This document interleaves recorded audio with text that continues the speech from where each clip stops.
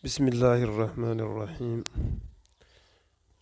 الحمد لله نحمده ونستعينه ونستغفره ونعوذ بالله من شرور أنفسنا ومن سيئات أعمالنا. من يهده الله فلا مضل له ومن يضلل فلا هادي له، وأشهد أن لا إله إلا الله وحده لا شريك له، وأن محمدا صلى الله عليه وسلم عبده ورسوله. قال الله تعالى: يا أيها الذين آمنوا اتقوا الله حق تقاته ولا تموتن إلا وأنتم مسلمون. وقال الله: واتقوا الله الذي تساءلون به والأرحام إن الله كان عليكم رقيبا.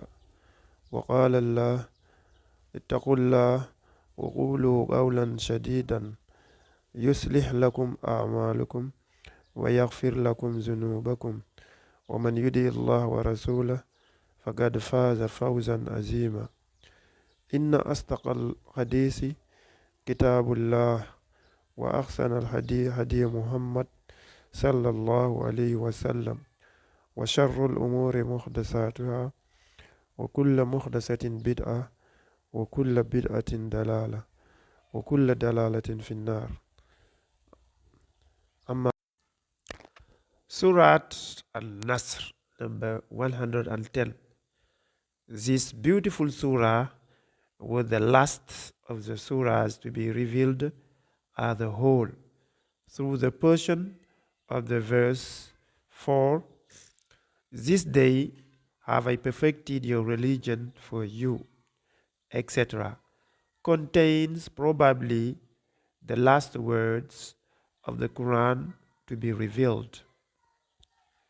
The date of this surah was only a few months before the passing away of the Holy Prophet sallallahu alaihi wasallam from this world.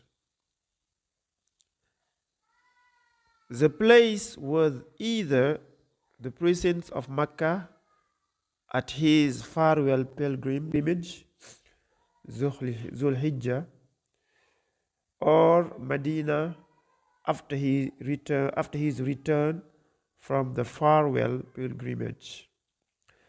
Victory is a crown of service, not an occasion for exultation. All victory comes from the help of Allah.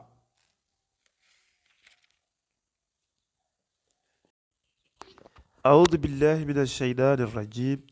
بسم الله الرحمن الرحيم. In the name of Allah, most gracious, most merciful. إذا جاء نصر الله والفتح ورأيت الناس يدخلون في دين الله أفواجا فسبح بحمد ربك واستغفره إنه كان توابا. إذا جاء نصر الله والفتح, when comes the help of Allah and victory. وَرَأَيْتَ النَّاسَ يَدْخُلُونَ فِي دِينِ اللَّهِ أَفْوَاجًا, and you see the people into Allah's religion in crowd. Here, the Prophet migrated from Mecca to Medina, a persecuted man. In Medina, all the forces of truth and righteousness rallied around him, and the efforts by the Meccans and their confederates to destroy him and his community recoiled on their own heads. Gradually, all the outlying parts of Arabia ranged themselves around his standard, and the bloodless conquest of Mecca was the crown and prize of his patience and constant endeavor. After that, whole tribes and tracts of country gave their adhesion to him collectively, and before his ministry was finished, the soil was prepared for the conquest of the wide world for Islam. What were the lessons to be learned from this little epitome of the world history?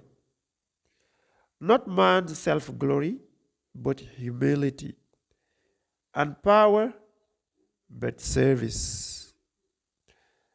Not an appeal to man's selfishness or self-sufficiency, but a realization of Allah's grace and mercy and the abundant outpouring of Allah's praise in a word and conduct.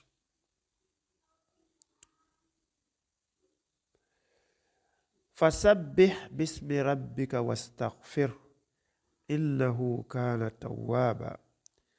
Celebrate the praises of your Lord and pray for his forgiveness, for he is oft returning in forgiveness. Every man should humble himself before Allah, confess his human frailties, and seek Allah's grace, attributing any success that he gets in his work not to his own merits, but to the goodness and mercy of Allah.